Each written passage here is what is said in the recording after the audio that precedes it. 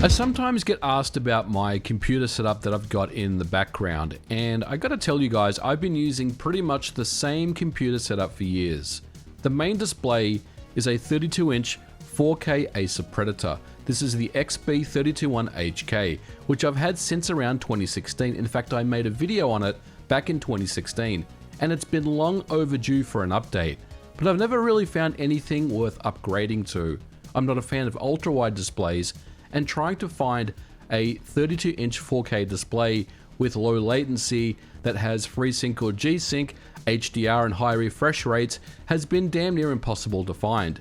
And now with the new Xbox Series S and X and PlayStation 5, HDMI 2.1 at 120Hz is something I really need as well. Working in game development with the latest consoles means I need a way to test games at all sorts of resolutions. I've also tried going the small TV approach, having a 42-inch display on my desk, but for me this isn't practical. But after years of waiting for the right monitor, I think I've found it. This is the GIGABYTE M32U gaming monitor. It retails for $799 US and has a ton of features. But the main specs are a 32-inch IPS panel 4K resolution at 144Hz including HDMI 2.1, which means 120Hz gaming for Xbox Series S and X as well as PlayStation 5. But before we jump in and take a closer look, I want to give a big thanks to GIGABYTE for sending out this monitor to take a look at on the channel. Will this monitor pass the MVG test? Well, let's go ahead and find out. So let's walk through some of the specs and their features. The IPS panel measures 31.5 inches on the diagonal, and it's non-glare with a 1000:1 contrast ratio and 10-bit color. These signal inputs include two HDMI 2.1 connectors. This means that you can keep a PlayStation 5 and an Xbox Series X connected, as well as a 1.4 DisplayPort for connection to your PC and a USB Type-C connector. Now, I will say one of the big reasons for me wanting to check this monitor out is to take a close look at the HDMI 2.1 implementation, and we will get to that shortly. The monitor supports HDR, but keep in mind it's HDR 400. What this means is that you're looking at a brightness of around 400 nits, which does put this at more of a budget level of HDR implementation. I would have liked to have seen at least an HDR 600 implementation, but I also do want to stress, when playing games with a good HDR implementation such as Forza Horizon 5 on the Xbox Series X, it still does look very impressive overall, but do keep this limitation in mind. The monitor is mounted on a base which is quite sturdy and has a height adjustment of up to 130mm. It also can be tilted -5 degrees to +20 degrees, and it can be swiveled from a range of -30 degrees to +30 degrees. This monitor is not rotatable, but keep in mind, this is a 32-inch display, and I'm not really sure if that's something that you would want to do anyway. But in any case, the monitor of course is VESA mounted, and it can fit on any monitor stand that supports that mount. But be aware, without the stand, the monitor comes in at around £15. Overall, the build quality of the stand and the monitor is really great. Now let's go ahead and talk a little more about some of the inputs and the connectors on the back of the monitor. As mentioned, there are two HDMI 2.1 inputs. And on the Xbox Series X, you can see that everything has been checked other than the Dolby Vision, of course. This means that games that support 120Hz at 4K will be supported by this display, and with the added feature of variable refresh rates or VRR on the Xbox Series S and X, you'll be in for a great experience here. Now keep in mind, on the PlayStation 5, VRR support is not yet currently available, but it is planned for a future update of the firmware.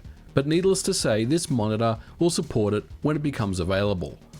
Now if we move over to the PS5, 120Hz modes are supported there as well, and the games look just as good as on the Xbox Series X. In order to switch inputs on the back of the monitor, there is a button that can be pressed to easily switch over. And if the monitor is connected to the PC via USB, you can control it with the software known as Sidekick, which I'll come back to later. Having HDMI 2.1 on the M32U is an awesome feature and a great selling point, and it looks really good overall. However, there is one thing that I do want to make very clear, and that is this 2.1 HDMI implementation runs at a bandwidth of 24 GB per second and uses 420 chroma subsampling. Okay, so what does this all mean? Well, if we take a look at these three images, 444 is the uncompressed pixels, 422 and 420 contains images that are subsampled to approximate the same colors as the 444 image.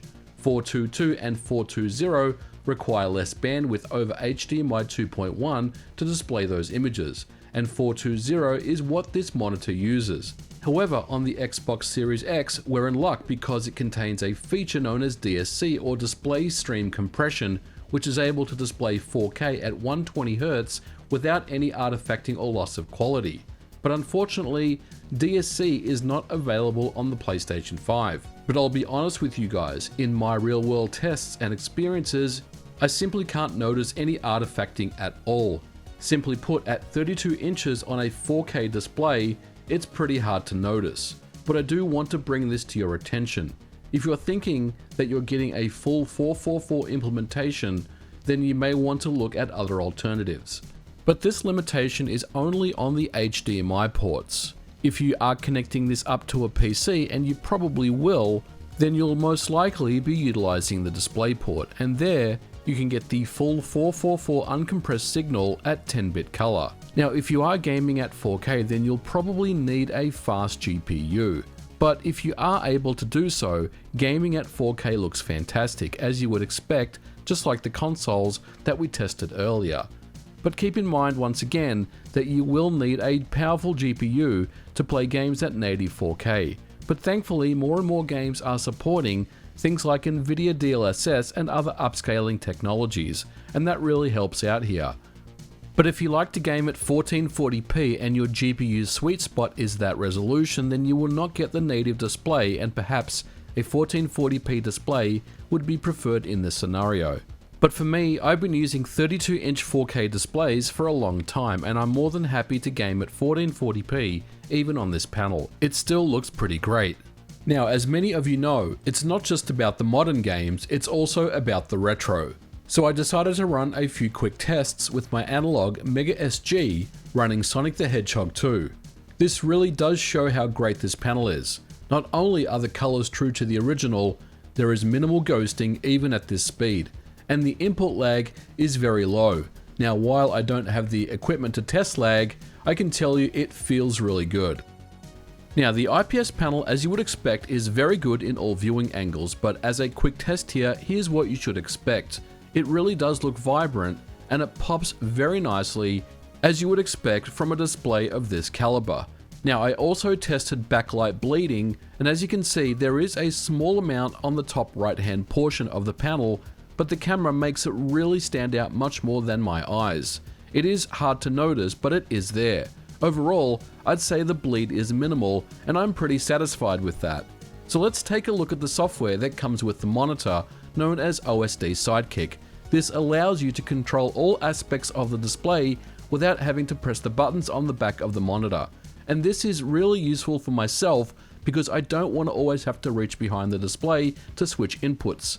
So the first thing that I set up was an easy hotkey mapping of my input switch. I can just use a hotkey to switch inputs from my PC over to my Xbox Series X. This means that I can have my PlayStation 5, Xbox Series X and PC all hooked up at the same time and switch between with a simple press of the button. Now, the monitor also comes with a picture-in-picture function as well, which allows you to have a combination of an input being displayed in a smaller window. For example, this is my Xbox Series X displayed on my main PC display. There are many use cases for something like this, and I think it's a really cool feature to have overall. Another feature of the GIGABYTE M32 is Overdrive. Simply put, LCD displays are all prone to ghosting, which occurs when pixel transitions are fast on the screen. For example, playing a game like Sonic the Hedgehog can lead to ghosting of the main sprites. Overdrive effectively applies high voltages to the panel so the pixels can transition faster and reduce ghosting. The M32U has different overdrive settings depending on your preference, or you can leave it disabled. There are presets for smart overdrive, balanced, picture quality and speed, and this is definitely up to you. I either recommend a balanced or picture quality overdrive setting, which does give a sharp image with minimal artifacting. The speed overdrive setting does show more artifacting behind the main sprite. Other features of the monitor include some game assist options such as customizable crosshairs for FPS games.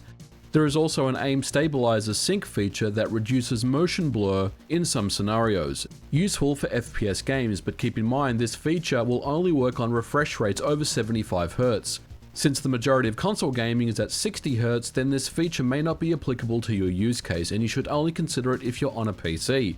There are other display options as well, such as an on-screen timer for tracking game time, and the monitor is easily firmware updatable via the OSD Sidekick software as mentioned before. So overall, for $799, this monitor is a dream for my workflow. The M32U is the upgrade that I've wanted to do for years.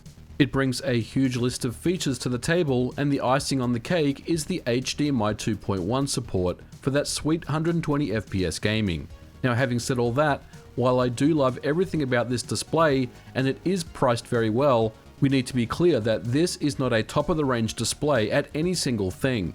I would consider this monitor more of an all-rounder. It does the job at everything that I've thrown at it and it does it well, but it doesn't really excel at any given thing. Some of you may be disappointed with the HDMI 2.1 implementation that only supports 420 chroma subsampling. But I would recommend trying out the monitor for yourself and taking a look with your own eyes.